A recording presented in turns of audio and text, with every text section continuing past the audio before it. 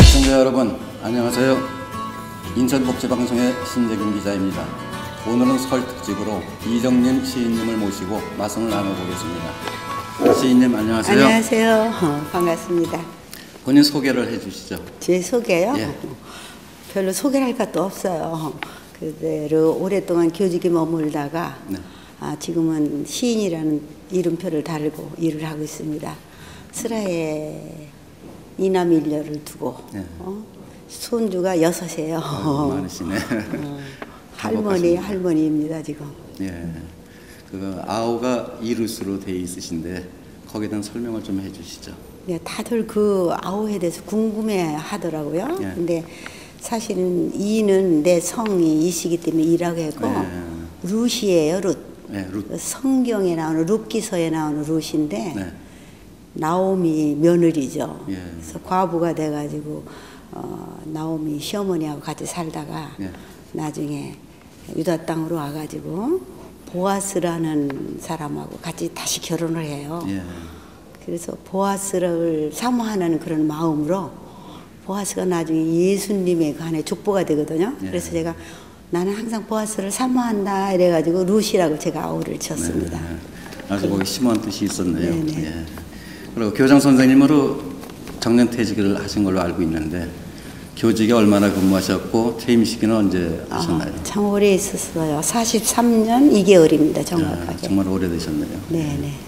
퇴직은 2000년 8월에 했어요. 네. 시인님을 교육학 박사라고 알고들 있는데 거기에 대해서 말씀을 좀 해주시죠. 네, 부끄럽습니다. 사실은 교육학 박사는 아니고요. 예. 그 당국대학교 교육 특수교육과에서 제가 그 논문을 하나 대학원을 졸업해서 논문을 하나 냈는데 네.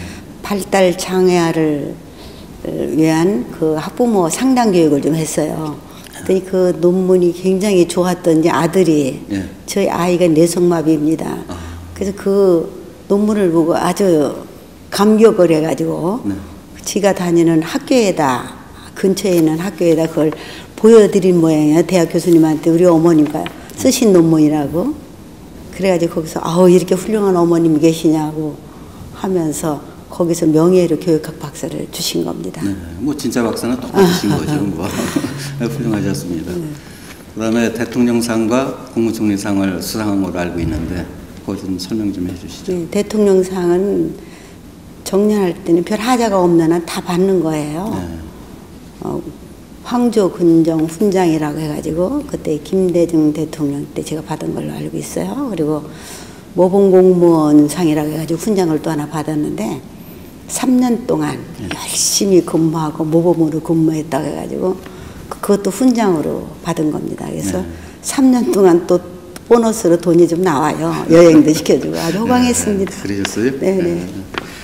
서울 천년 타임캡슐에 자랑스러운 시민으로 등재되신 걸로 알고 있는데 좀 설명을 좀 해주시죠. 아유, 그것도 정말 부끄러워요. 그 동에서 추천을 해가지고 동민들이 한 100여 명이 추천을 받아가지고 저를 갖다가 자랑스러운 제1의 서울 시민으로 추천을 해서 그게 서울에 사실 때인가요? 네, 서울에 상도동에 살 때요. 예. 그 제1의 자랑스러운 서울 시민상을 받았고 그 다음에는 그게 또 서울 정도 천년 캡슐에 들어가가지고 내 어머님이 물레라는 시집과 함께 아마 남산에 묻힌 걸로 알고 있습니다. 가보지는 않았지만. 시인으로 등단된 시기와 작품은 무엇이었었나요? 네, 아주 늦깎입니다. 저 늦깎이요? 88년도에 등단을 했어요. 월간 시조생활이라고 하는데 어머님이 물레하고 사마리아 여인아 하는 그 두 작품 가지고 등단을 했습니다. 그때 당시 그 박재삼 시조시인 돌아가시지 않았을 때 그분하고 유성규 시조시인님이 그 주관으로 계실 때 그때 등단했습니다. 88년도에. 그럼 늦깎이라고 좀 말씀하셨는데 거기에 무슨 동기가 있었나요? 왜냐하면 제가 학교 교직에 있을 때 계속 그 교육자료나 세교실이라는 잡지가 있어요. 교육잡지. 네. 거기에다가 동시도 내고 동화도 내고 뭐 다른 교육자료에 대한 것을 많이 원고를 제출했는데 네. 이름표는 안 달았어요. 네. 그러니까 누가 시인 하나가 그러더라고요. 그렇게 이름표 없이 자꾸 작품을 내지 말고 이름표를 한번 달아보라고. 그래서 88년도에 그때서 그 시조생활로 작품을 낸 거죠. 그러니까 늦깎이죠. 그래서 늦깎이. 네, 그래서 그럽니다. 네, 네. 지금까지 작품을 한 30여 집 발견하셨는데 거기서 시인님이 가장 애정 가고 아끼고 싶은 그 작품은 뭔가요? 그래도 지금도 처음에 그 등단했던 어머니 몰래라는 시가 가장 마음에 와닿고 그때 시집이 가장 첫사랑이기 때문에 아직도 가슴에 묻어두고 삽니다. 아주 좋아요. 그 시가. 그리고 최근에 발표된 나 어쩌다 여기까지 그 작품에서 네. 시인님이 친필로도 내시고 네. 또 인쇄본도 나오고 했는데 네. 그 전자책으로 나온 그 동기가 있었나요? 나 어쩌다 여기까지 왔는데는 내가 이렇게 나이가 들고 보니까 네. 좀 그런 생각이 들더라고. 이 제목이 가장 책 제목으로는 내 인생하고 많이 닮았구나 하는 생각이 들어서 나 어쩌다 여기까지 왔네 이렇게 잡았고 그건 6필로만 한번 쓴 시가 없기 때문에 6필을 한번 남기고 싶다 생각을 했고 6필로만 쓰니까 글씨가 좀 이렇게 흘림체로 써가지고 네. 읽는 사람이 불편할까 봐서 텍스트를 하나 또 이쪽에다 정확하게 넣자고 그래서 이중으로 이렇게 책을 낸 것입니다. 그게 좀 특색이 있더라고요. 네, 네. 고맙습니다. 요즘 젊은이들에게 하시고 싶은 말씀 있으면 한번 해주시죠. 그 참 이상해요. 올해까지 교직이 있어서 그런지 지금도 이렇게 젊은이들만 보면 그냥 사랑스럽고 또 무슨 일이 터지면 가슴이 아프고 예. 관심이 많은 거죠. 그래서 아직도 내가 뭐 현장에서 교직에 있지도 않으면서도 교사 입장에서 항상 그 아이들을 보거든요. 그래서 너무 감동이 없다. 사회가, 직장이, 가정이, 학교가 감동이 없는 사회이기 때문에 학생들이 저렇게 삭막하게 사는 거 아닌가 저런 생각을 하고 그래서 자살했다는 소리만 들어도 마음이 아프고 그래서 그런 아이들을 위해서 글을 좀 쓰고 그러거든요. 그래서 가서 너희들한테 감동이 되어주지 못해서 미안하다. 사회가, 선생님들이, 가정이 어떻게 하면 너희들한테 감동해 주는 사회가 되고 가정이 되고 학교가 되겠니 하면서 제가 반성을 합니다. 그런 의미에서 이렇게 아이들을 사랑해요. 네. 장애인들을 위해서 봉사활동을 하고 계신 걸로 알고 있는데요. 네. 어떤 일을 하고 계셨나요? 제가 장애자를 돕기 위해서 사실 단국대학교 그 특수교육을 전공을 했거든요. 좀 뭘 알아야 될 것 같아서.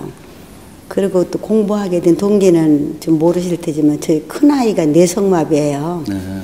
그래서 그 아이가 참 잘 자랐기 때문에 저렇게 잘 자란 아이를 위해서는 내가 뭔가 나도 사회에도 보상을 해야 되겠구나 하는 생각이 들어서 그 공부를 했어요. 수화도 배우고 뭐 하여튼 여러 가지를 공부를 했습니다. 그래서 복지회관도 나가서 봉사하고 유치원에 또 그런 장애 아이들이 또 모아놓고 하는 데가 있더라고요. 그런 데 가서도 좀 봉사하고 또 특수학교 같은 데 가서 특수학교에 나온 아이들 학부모님들을 모아놓고 상담 교육도 하고 그 장애 이 때문에 자기도 우울하고 자기도 장애자가 돼서 인생을 아주 포기하는 것처럼 살더라고요. 그래서 나도 이렇게 자신 있게 키웠다. 당신들도 얼마든지 바르게 키울 수 있다. 그리고 우리 아이가 말씀을 안 드려도 괜찮지만 좀 팔불출 이런 셈 치고 말씀드리겠습니다. 미국에 가서 유펜이라고 가장 좋은 학교예요. 유니버시티 오브 펜실바니아 아이비리그에 속하는 학교죠. 거기서 석박사학위를 받고 아주 신체적으로는 아주 심한 장애 그럼에도 불구하고 이 성공해가지고 와서 아이한테 좀 보상하는 의미에서 내 아이가 잘 자랐기 때문에 장애인을 위해서 봉사를 해야 되겠다 생각해서 제가 여기저기 다니면서 봉사를 많이 하고 있습니다. 네. 이 말씀 들으면 지금까지 장애인들 때문에 속 끓였던 어머니들이 많이 유언을 받으셨을 겁니다. 네, 그러더라고요. 수고 많이 해주셨고요. 네, 감사합니다. 다음은 문화산책 프로를 진행하신다고 보면은 네. 어디에 주안점을 두고 진행하실 건가요? 네, 좀 전에 말씀드린 것처럼 저는 항상 그 청소년들에 대해서 관심이 많아요. 그래서 청소년들한테 어떻게 하면 좀 더 밝고 소망 있는 이 사회에 적응하고 살 것인가, 그런 청소년들을 도움 주기 위해서 제가 방송을 하려고 합니다. 시인의 숲으로 찾아가고 싶다는 그 말이 있는데 그건 네. 어떤 그 의미를 내포한 뜻인가요? 제가 그냥 시인이기 때문에 신앙송을 좋아하거든요. 네. 제 음성으로. 그래서 여기저기 다니면서 숲에 가서도 하고, 뭐 계절 따라서 밖에 나가서 야외에 가서 신앙송을 하는 걸 좋아해요. 그래서 그 시인의 숲에서 여러 사람을 만나봐가며 시를 낭송하고 싶다는 의미에서 시인의 숲이라고 했습니다. 네. 그럼 오늘 나오신 김에 시인님 시 한 수를 낭독해 줄 수 있나요? 그러죠. 근데 제가 저기 전라도하고 충청도 이직기형인 장항이라는 데서 살았어요. 네, 장항 풍광하고 저쪽 강 건너는 군산 전라북도죠. 그렇죠. 그래서 하곡도 항상 그 강물을 보고 살았기 때문에 네. 강물을 많이 사랑합니다. 강을. 그래서 강에 대해서 쓴 시가 하나 네. 있는데 그걸 한번 제가 낭송해 볼게요. 네, 해주시죠. 강물 시 이룻. 강이 눈물을 품고 흐른다. 울음소리 하도 고요해서 울고 있다는 걸 아무도 몰라라. 강은 울기 위해서 오늘도 저렇게 흐른다. 어느 기슭에다, 엄마 품 같은 기슭에다 잠시라도 쉼을 얻고 싶어도 아직은 울어야 할 사연들이 많아 저반을 뿌리친다. 어제도 울고 오늘도 울고 울며 흐른다. 강은 눈물을 품고 흐른다. 어느 외로운 여인이 잃어버린 사랑을 찾아 강물에 얼굴을 담그고 눈물을 씻고 간 후 울음 그치는 법을 잊어버린 강은 오늘도 울며 흐른다. 내일도 모레도 후회처럼 울며 흐른다. 감사합니다. 시인님이 신기프로 문화산책과 시 낭독까지 다 해주셔서 너무 감사합니다. 장애인들을 위해서라도 좀 다방면에서 활동을 해주시면 고맙겠습니다. 네, 앞으로도 그러겠습니다. 네, 감사합니다. 수고 많으셨습니다. 네, 감사합니다. 봄이 와야만 따스하고 꽃이 피는 건 아닙니다.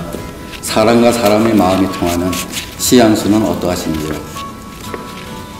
기온이 급강하고 따스하고 일교차가 심한데 시청자 여러분 건강에 주의해 주시기 바랍니다. 지금까지 인천국제방송의 신재균 기자였습니다. 감사합니다.